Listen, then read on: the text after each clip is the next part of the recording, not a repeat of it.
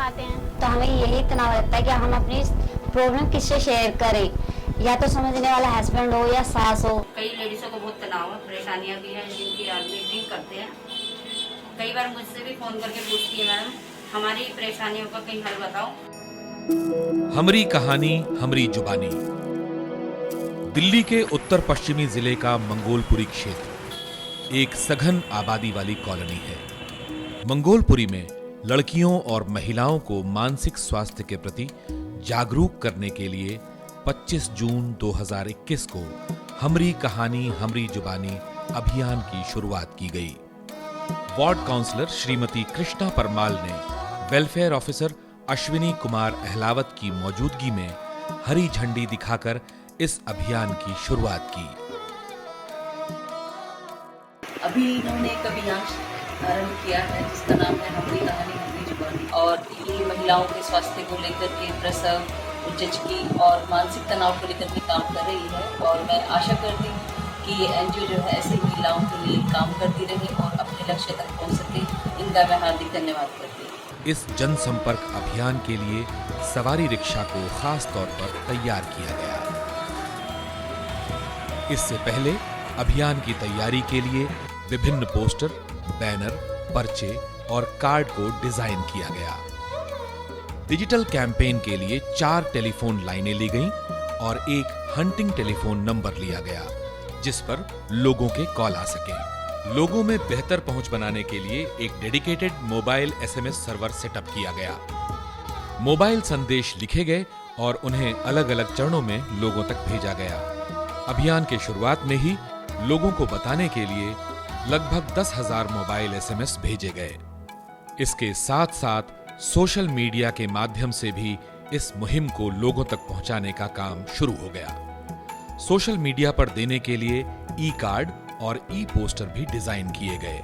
इस अभियान के उद्देश्य को बताने वाली एनिमेशन फिल्मों का निर्माण किया गया जो लोगों तक व्हाट्सएप और यूट्यूब के माध्यम से पहुंचाए गए, जिसे देखकर समाज में इस बारे में चर्चाएं होने लगी। हमरी कहानी हमरी जुबानी अभियान के बारे में जानकर मुझे बेहद खुशी हुई है, जहां पर मानसिक स्वास्थ्य को लेकर कई समस्याओं का सलूशन बताया जाता है। आज मैं उन महिलाओं को यहाँ भेजना चाहूंगी जो अपने मानसिक स्वास्थ्य को लेकर बहुत ज्यादा परेशान हैं।